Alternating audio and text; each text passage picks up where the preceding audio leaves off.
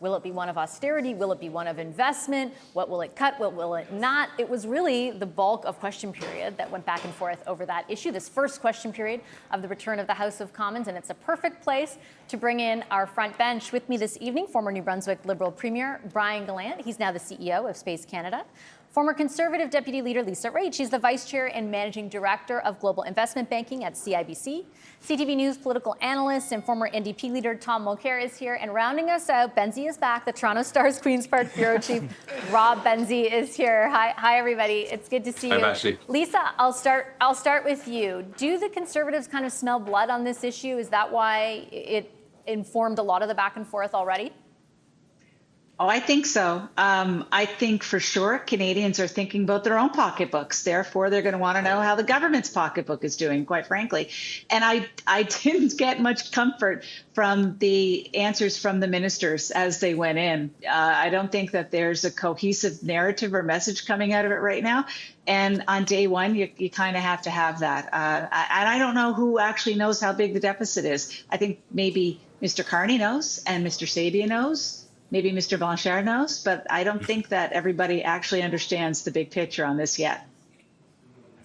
Well, it keeps kind of evolving, Tom, right? Like there were very specific promises made during the election campaign about closing a $15 billion gap and public service through, caps but not cuts, maintaining programs.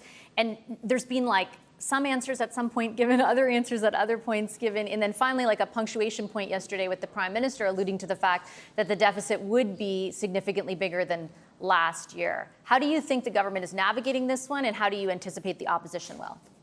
Well, it's how they leak it and at what level. There was a very important article by Joël Denis Bellavance today where he's very well plugged in with this government, and he was saying that he's been told it's going to be a $100 billion deficit.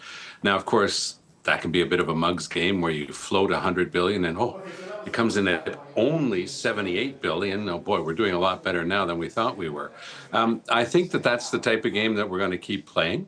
It was interesting over the weekend. I heard Mr. McKinnon, with Steve McKinnon with you, Vassy, pretty clearly indicating that there were going to be cuts to the civil service, and it didn't take 2 hours for Mark Carney to be out there talking about, no, it's going to be through attrition. The tail end of the baby boom is all heading for retirement. Everything's going to be fine. The last thing they needed was a nascent war with the civil service unions, and I guess they peeled back from that one at the last second. All that to say that there will be a massive deficit.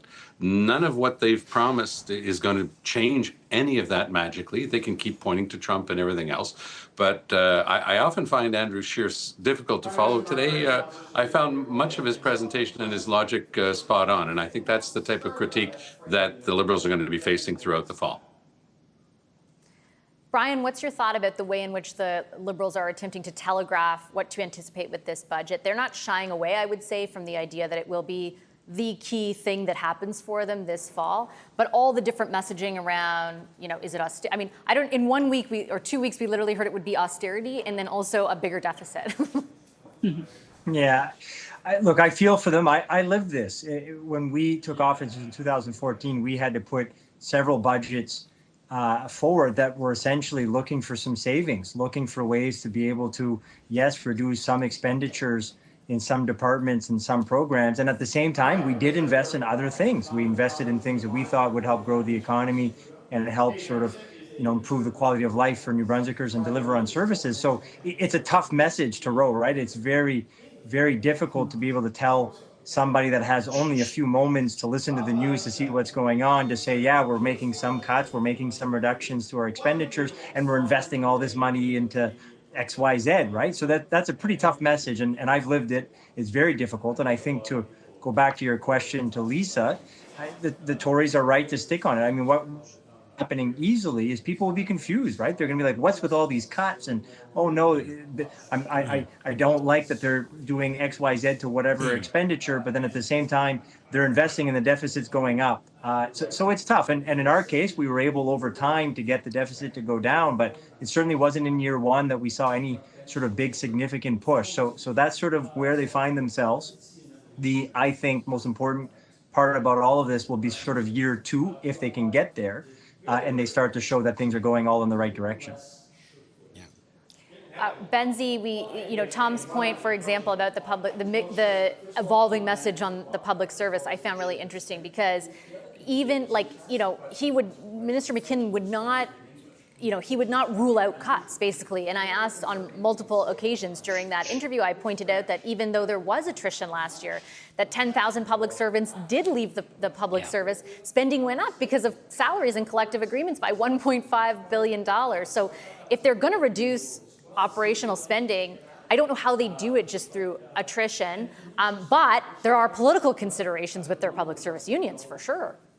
Well, exactly, Vassy. And I mean, we saw Bruce Fanjoy got to speak today, got to ask a friendly question. He, of course, is the Liberal backbencher who defeated Pierre Poilievre in April and necessitated the by-election that Mr. Poilievre won in Alberta. And Fanjoy was elected in part because people were, the Liberals managed to fearmonger that the Conservative government would cut the public service. And in the Ottawa area, that's a very, very tough pill to swallow. So I think they have to be very, very careful. I mean, McKinnon's of the National Capital Region, he understands what his constituents tell him. And I think the problem for them is they want to be seen to being tightening their belts, but do they want to do any of the tough things that necessitates? And I'm not sure that they do, Vassy. I think Carney may say he wants to have an austerity budget, but austerity is one of those things that sounds great in an editorial page article. It's less palatable, I think, when you're telling Canadians, here's the program you're not getting that you need because we're cutting this budget. That's very, very difficult to sell. Well, and it also kind of brings us right back, Lisa, to your original point, which is you kind of have the sense that there isn't agreement behind the scenes about what exactly they were going to do when it comes to austerity, or even more specifically on the public service, hence the different messages from different people within a few hours on the same day. So true. And I listened to what the last minister said, Minister Lightbound, because he is the Minister of Public Works, or that we know.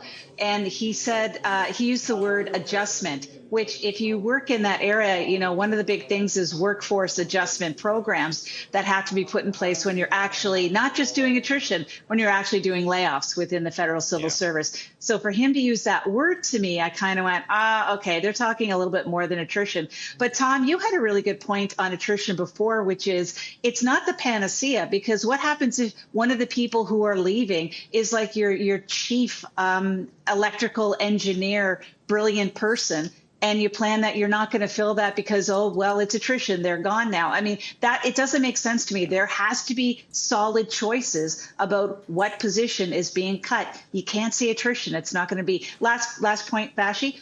Are we going to have this conversation until they bring forth a budget in November? Because it's going to be awfully boring television.